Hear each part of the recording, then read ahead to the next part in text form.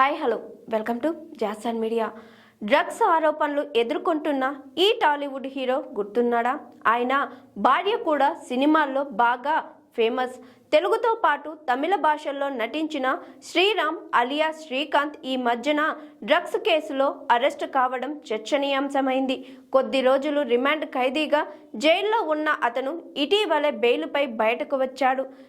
తెలుగబ్బాయి అయ్యి శ్రీకాంత్ రోజా పూలు సినిమాతో మొదటిసారిగా తెలుగు ఆడియన్స్ను పలకరించాడు.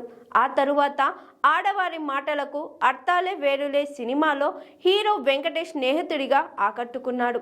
ఆ తరువాత పోలీస్ దడ, నిప్పు, సుప్రీం, లైవ్, శ్రీనివాస కళ్యాణం, సీత, రాగాల 24 గంటల్లో, నమస్తే నేస్తమా వంటి చిత్రాల్లో హీరోగా సహాయక నటుడిగా మెప్పించాడు.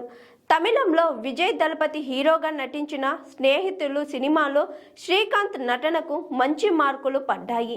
అలాగే పిండం, హరికథ వెబ్ సిరీస్లతో ఓటీటీ ఆడియన్స్ కూడా బాగా చేరువయ్యాడు ఈ హీరో. అయితే కొన్ని నెలల క్రితం డ్రగ్స్తో రెడ్ హ్యాండెడ్గా పట్టుబడ్డాడు శ్రీకాంత్. కొద్ది రోజుల పాటు రిమాండ్ ఖైదీగా జైల్లో కూడా ఉన్నాడు. ఆ తరువాత బెయిల్పై బయటకు వచ్చాడు. ఇదిలా ఉంటే సినిమాల సంగతి తప్పితే శ్రీకాంత్ వ్యక్తిగత జీవితం, ముఖ్యంగా అతని ఫ్యామిలీ గురించి చాలా మందికి తెలియదు. సినిమా ఫంక్షన్స్, ప్రైవేట్ పార్టీల్లోనూ శ్రీకాంత్ తన ఫ్యామిలీతో కనిపించిన సందర్భాలు చాలా తక్కువ. శ్రీకాంత్ 2008లో వందన అనే అమ్మాయిని వివాహం చేసుకున్నాడు. వీడికి కుమార్తె అహనా, కుమారుడు అషిల్ ఉన్నారు.